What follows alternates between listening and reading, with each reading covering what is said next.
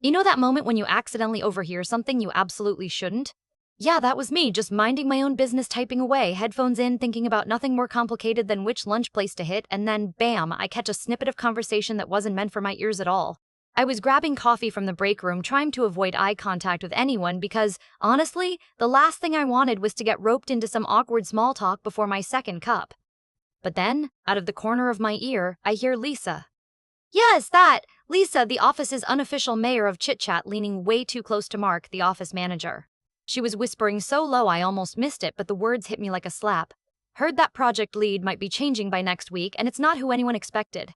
At this point, all caffeine-induced calm evaporated. My brain went into overdrive. What project? What lead? And more importantly, was this one of those things that, if I said a single word about, could turn the whole office upside down? I stood there holding my cup, heart ticking up a few beats, trying to look casual but feeling like I'd just stepped onto a minefield. And here's what really sunk in. How did I? Someone who generally likes to keep a low profile and, frankly, avoid drama, end up stuck with this juicy tidbit? How did my name become the unofficial coupon for gossip passes around here? Because let me tell you, when you work in an open-plan office where everyone's elbow to elbow with everyone else, gossip isn't some whispered secret in closed rooms. No, it's practically the background noise, like the hum of the fluorescent lights or the endless tapping on keyboards. I remember glancing back at Lisa and Mark, their heads so close together it looked like they were plotting something mysterious instead of planning quarterly reports. My mind raced. Was I supposed to stay silent? Pretend I never heard a thing? Would that even be possible when Lisa has the vocal stamina of a talk radio host and Mark's secretive side means no one really knows what's going on with him? So there I was, stuck with this overheard scoop, feeling like I'd accidentally signed up for a reality show I never auditioned for.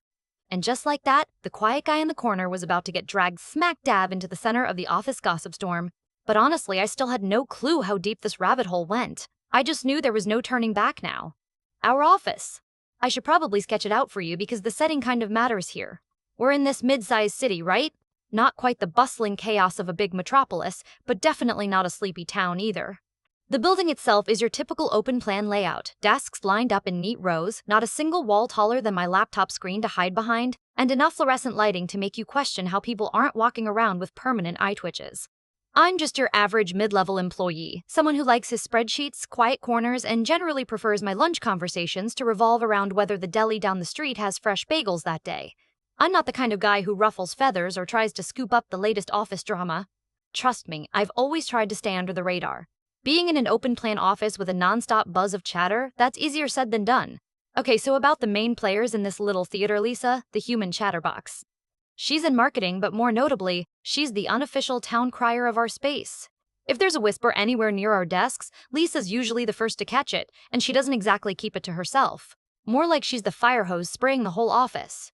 You think one tiny rumor would stay contained? Nah. It ricochets off Lisa like a pinball, and suddenly the entire floor knows it. Then there's Mark.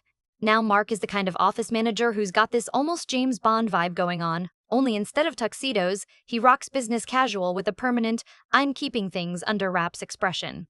Everyone knows he's got more info than he lets on. He's tight-lipped, a bit mysterious, and can sometimes come off as slightly intimidating, especially when he calls you into his office with that serious look.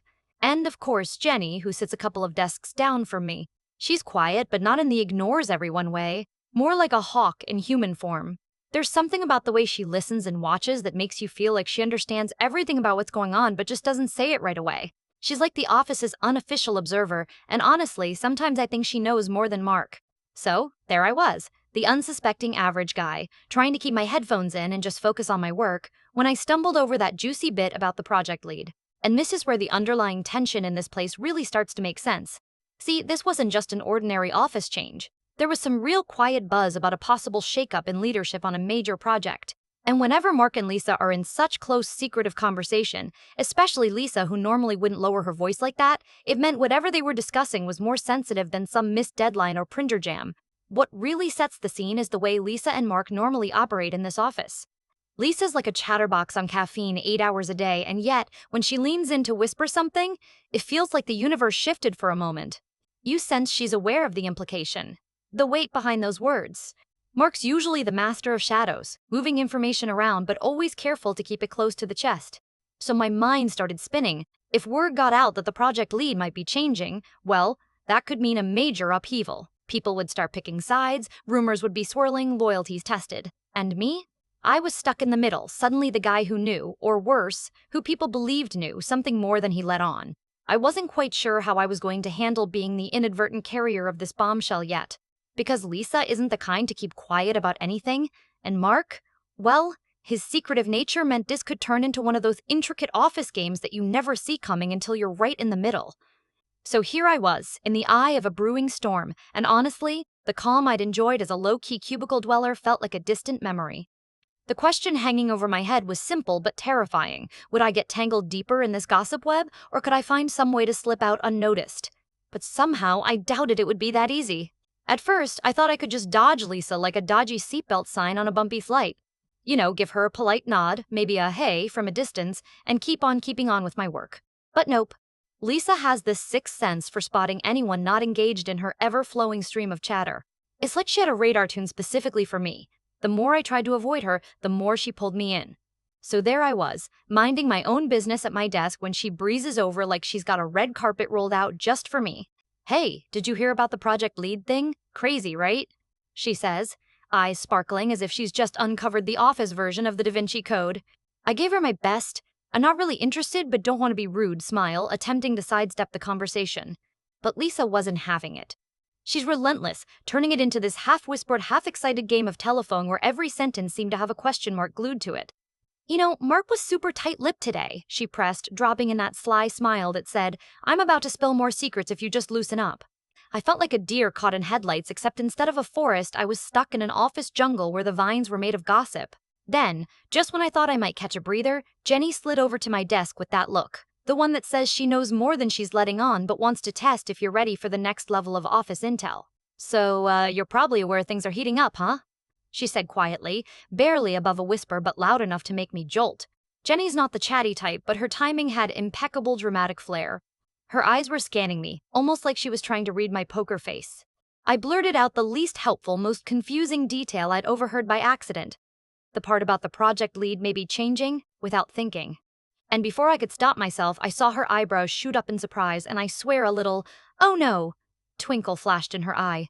That little slip didn't just crack the door open, it blew a hole right through it. Gossip had its own gravity, and once you add fuel to the fire, it sticks around like that one stubborn coffee stain on your favorite shirt. Suddenly, snippets started bouncing around the office, growing legs, and, frankly, doing a better job running than I ever did in high school gym class. And then Mark called me into his office. His invitation was curt, a calendar ping that read simply, "Quick chat." Not urgent, not FYI, just quick. But the way Mark said quick chat could mean anything from a friendly check-in to the office equivalent of a surprise pop quiz nobody prepared for. Sitting across from him, the low hum of the building somehow felt heavier. Mark's expression was unreadable, as always, but his eyes, sharper than usual, held a challenge. "There's been some chatter," he said slowly, tracing invisible patterns on his desk. "I need to know where you stand." My heart picked up pace. I don't know what you mean," I stumbled, trying to sound steady but feeling like I was unraveling. Mark leaned back, steepled his fingers. "Look, I'm not here to accuse you of anything, but information travels fast, and sometimes it doesn't stay where it's supposed to." Before I could respond, I caught myself blurting out something I hadn't meant to. Details mumbled in the break room, tiny fragments that only made the situation murkier. And as soon as the words left my mouth, Mark's raised eyebrow told me I'd just handed him another puzzle piece. Not exactly the move of a savvy office diplomat. Walking back to my desk felt like navigating a minefield, each step heavier than the last. The gossip wasn't just swirling anymore, it was a storm, and I was smack in the middle with no umbrella. I wondered if this was one of those moments that would just spiral, or if there was any way to steer it towards calmer waters. All I knew was things were definitely getting more complicated. And Lisa, well, she was just warming up. After that whirlwind with Mark's quick chat, I knew I had to get a handle on this before it spiraled any further. So, I took a deep breath and decided to face the source head-on. Lisa. Not an easy move considering she's like a force of nature, but I figured if I didn't try, I'd be trapped in this gossip carousel forever. I found her mid-rant near the coffee machine, animated as ever, clearly in her element. I interrupted with a hesitant, "Lisa, can we talk?" She blinked, surprised but nodded, probably sensing I wasn't in the usual mood to entertain gossip. We moved to a quieter corner away from prying ears and fluorescent lights. "Look," I started, feeling awkward but strangely determined. "This whole thing with the project lead shift, it's getting out of hand.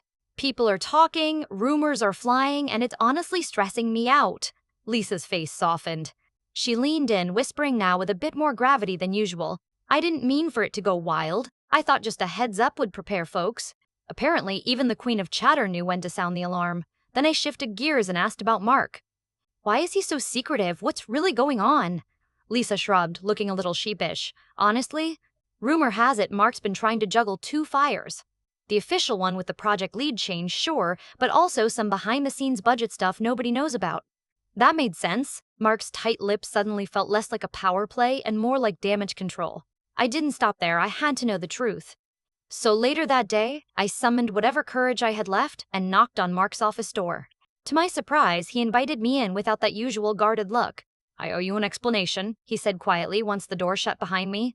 Turns out the project lead change wasn't just some routine shuffle. There'd been an unexpected resignation, and Mark was scrambling to find a replacement before the whole team caught wind and panicked. The budget stuff Lisa mentioned? A new project funding application that had to stay hush-hush until it was approved.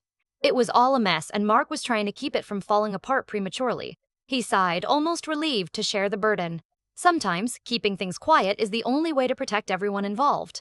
I nodded, understanding a little better why this whole stew of secrecy and gossip had boiled over. With that cleared up, I felt a weird mix of exhaustion and relief. The gossip wasn't just idle chatter, it was the symptom of things no one was ready to face publicly. And here I was, caught in the middle, trying not to be the spark, but somehow always holding the match. Back at my desk, things went surprisingly quiet for a bit.